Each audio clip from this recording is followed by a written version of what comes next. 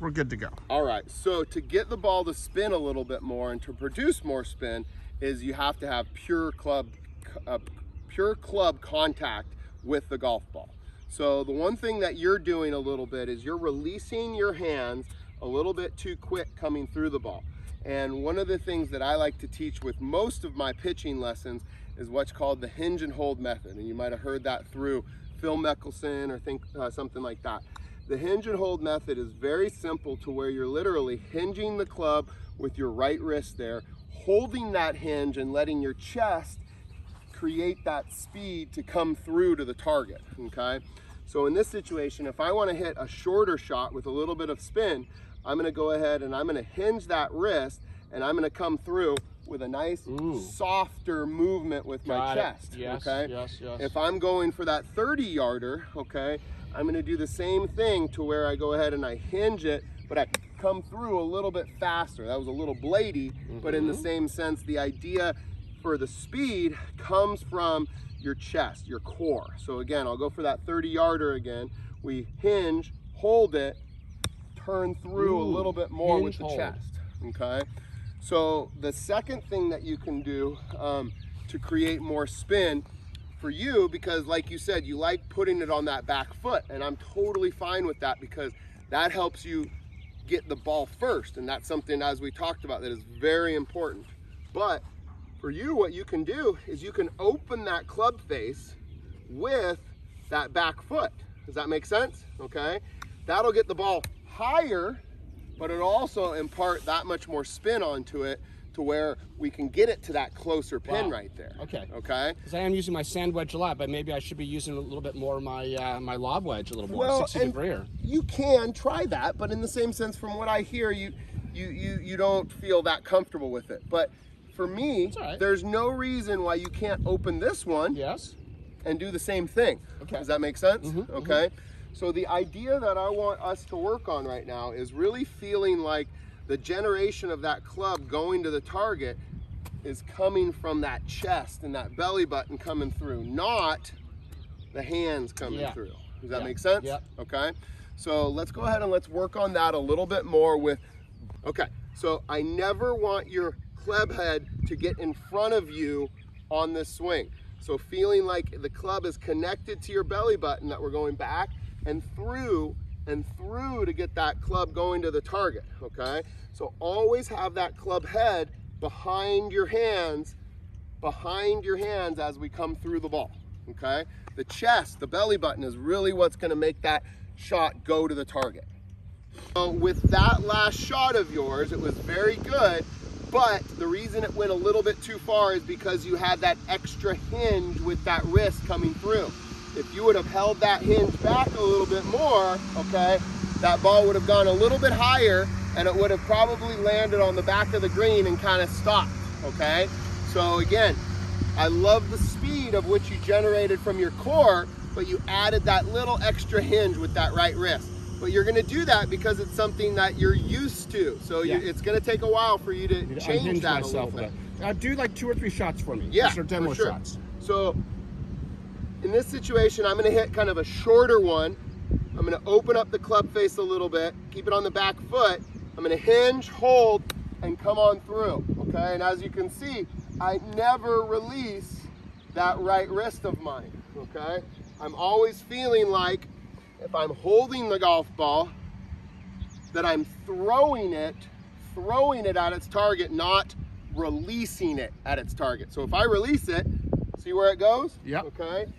If I hold it and push it towards the target, that's going to get the ball more accurate towards the ultimate destination that we want, which in short game is extremely important. Please. Right? Okay. So the next shot that I'll hit is I'll hit a little bit farther one. Set up, this will be like my 30-yard shot. Hinge, hold, come on through. And as you can see, that wrist never extends to the target, okay? All right, you get up here now. So when we are on fairway, like we were just a minute ago, you're getting pure contact with the ball. When you're in the rough, you don't have that option, okay? When we have pure contact with the ball spins more and it spins the correct way where it stops. This, on the other hand, spins the opposite, to where it spins like a knuckleball, and it's harder to control, okay? So that's where air is more important in this shot than it is on that shot. Does that make sense? Okay, so I don't want you to necessarily change too much of what we're doing. I do want you to change the ball position a little bit, okay? We need that ball position to be a little bit more in the middle, to where we can go ahead and get that ball popped up in the air a little bit more and let the ball release, because releasing from these areas is gonna happen, and you've got to judge it, okay? So in this situation, we're gonna go ahead and do everything that we were working on, but the ball position is gonna be slightly a little bit forward. Does that make sense? Okay. I necessarily, when the ball is on the back foot, your hands are pressing the club, which I'm fine with. But when the ball's in the middle, we don't necessarily want that press, because we need that loft, okay? So we're gonna set up normal, and then what we're gonna do is we're still gonna work on that hinge and hold. We're gonna hinge, hold it, and then let the club come through and feel like we're almost pointing the club towards our target as we go through. So in this situation, I'm gonna use this as my target, okay? We're gonna go ahead, we're gonna hinge, hold, and point through towards the target right there, okay? So one of the things one of my old golf instructors used to tell me is, the softer you hold the golf club, the softer the ball is gonna land on the green, okay? I didn't believe him that much, but to be honest, it's kind of true, okay? So in this situation, we're gonna work on the hinge and hold, with the ball being a little bit more closer to our middle of our stance, and then eventually we'll start loosening the hands to where we can see the ball landing a little bit softer, okay? So I have your sand wedge. You can hit your sand wedge. So kind of a recap of the two pitch shots that we were hitting. Number one pitch shot was on the fairway. So the fairway, you're gonna impart more spin on the ball because you're getting the club on the ball first. When we're in the rough, you're gonna go ahead and get grass, and it's not gonna spin as much. It's actually gonna release more. So that's where we need to have a higher lofted shot when we're in the rough. In this fairway, it's fine to hit that shot lower and have it spin a good amount of time. But for you, the biggest thing that we worked on is understanding that hinge and hold method, to where we're literally hinging that club back, leaving it there, letting it go, with our chest and our body to come through, and almost creating that kind of L lever as we come through the shot, okay? Another good hinge and hold technique, right? What was that? It's called the hinge and hold technique. Good, yeah. So again, it's made famous by Phil Mickelson. So if you want to kind of look it up, Phil Mickelson, hinge and hold, he explains it probably a little better than I do, but who knows? I'll let you make that judge. And then in this situation with the fairway, we can hit the ball lower, because with the hinge and hold method, it'll impart more spin on the ball, which is great. But again, when we're over here, we need higher loft, because the ball is gonna roll out more. So we need to actually have a better placement when we're in the rough to where we wanna land the ball. Does that make sense? So the next thing that I get my students to understand is, when we're pitching this golf ball, is to identify a 3 to 5 foot circle on where you want to land the ball.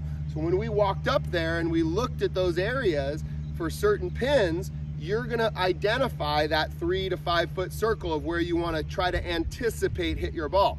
Of course, we're not always going to hit it there, right? But in the same sense, if we have a plan, we can at least try to execute that plan and try to get that ball in that area and have it roll out to our ultimate destination, okay? So again, biggest takeaway for you today, Jordan, is really just feeling like you're hinging the club, holding that hinge, letting your chest, your belly button, your hips bring the club through, and having that club staying behind your hands as long as possible, okay? Again, feeling like it's connected to our belly button is another way to kind of feel that motion, okay? That's something you can do at the house, kind of just do this and kind of go back and forth, because as we talked about, you're almost feeling like your elbows or your arms are kind of connected to your body, and you're turning it through with that core or the big muscles of your shoulders, your belly button, and your hips, okay? Good. Awesome. All right, okay, so we're talking about slopes around the green, close to the hole, nothing over 10, 15 yards in this situation. So in this situation, what I like to have all of my students do when we're on a slope is to get your body, first of all, angled with that slope. Your natural thought process is to do the opposite, okay?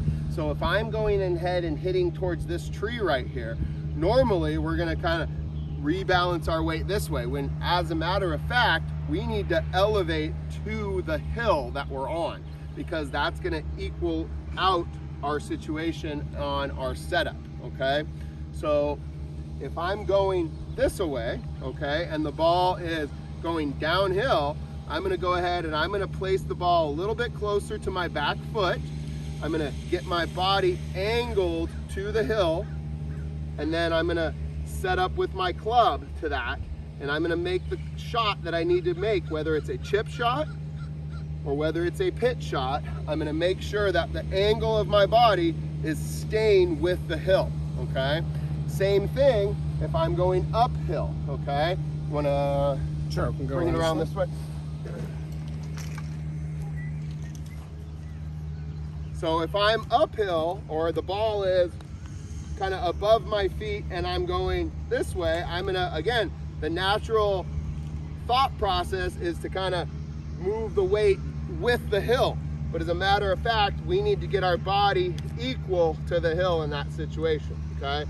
So I'm gonna go ahead and make my shoulders even with that hill to get myself set up for this shot.